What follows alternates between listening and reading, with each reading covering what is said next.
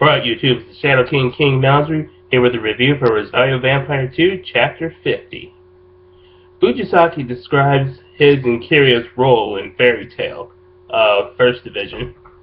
Fujisaki is the branch manager who handles the politics in the human world, while Kirya is the vice president working behind the scenes.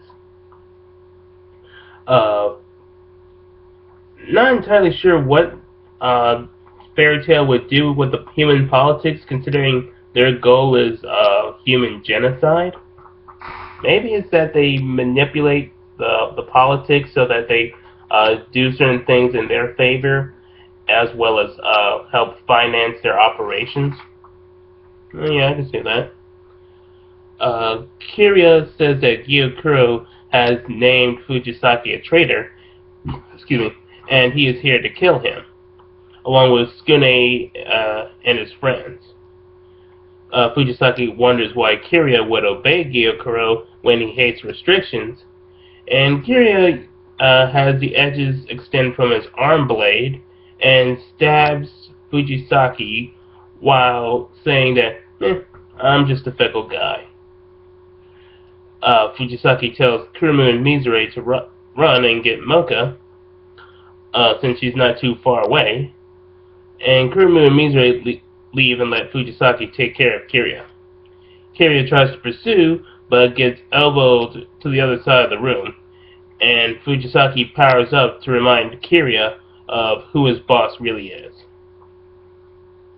Kurumu wants to find Skune and Ruby, but Mizure says it's pointless since they were teleported, and they would have no way of tracking them. And Fujisaki and Kirya's monstrous energy starts clashing with one another and causes a huge gust that it actually causes another Kurumu ass shot.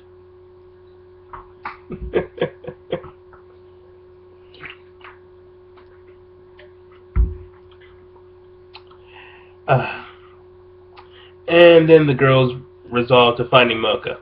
You know, back to the Kurumu ass shot thing, that's been shown so many times in the manga, it's practically become an internet meme. And if it's not an internet meme, I promise that I will make it one. Skune, meanwhile, is clashing with Kuyo, and Kuyo had heard Skune had gotten stronger, but so far he isn't impressed.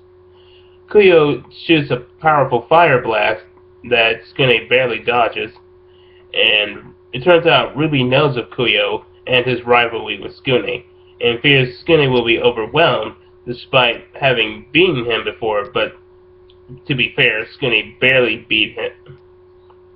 Ruby says Skune's body remembers nearly being killed by Kuyo, and back when he was just a pure human instead of a human with vampire blood and a few modifications here and there, and his fear is hindering his potential.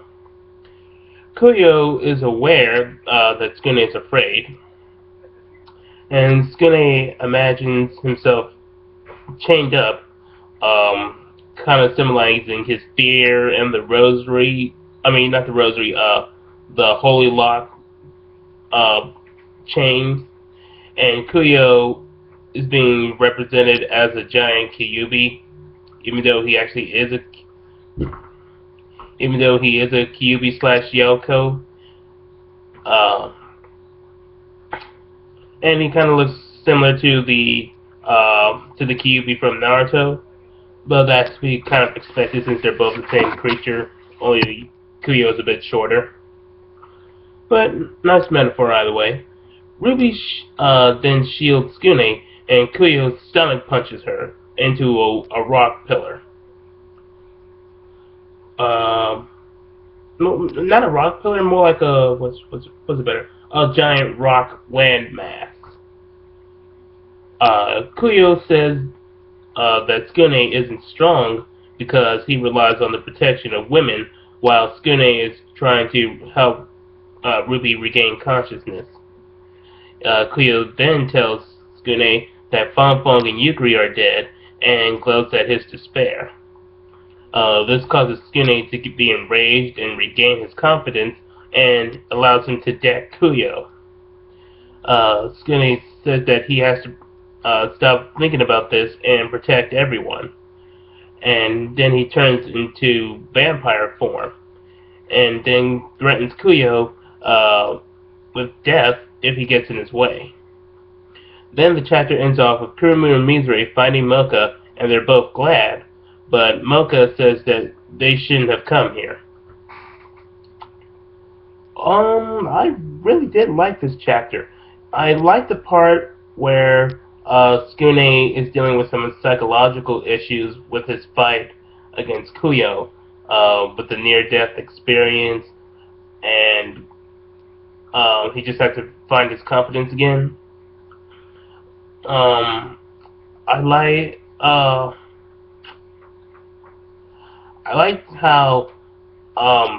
like the part where Fujisaki managed to take what Kiryu was dishing out on him and still deal it back to him twofold because naturally he is stronger than Kiryu.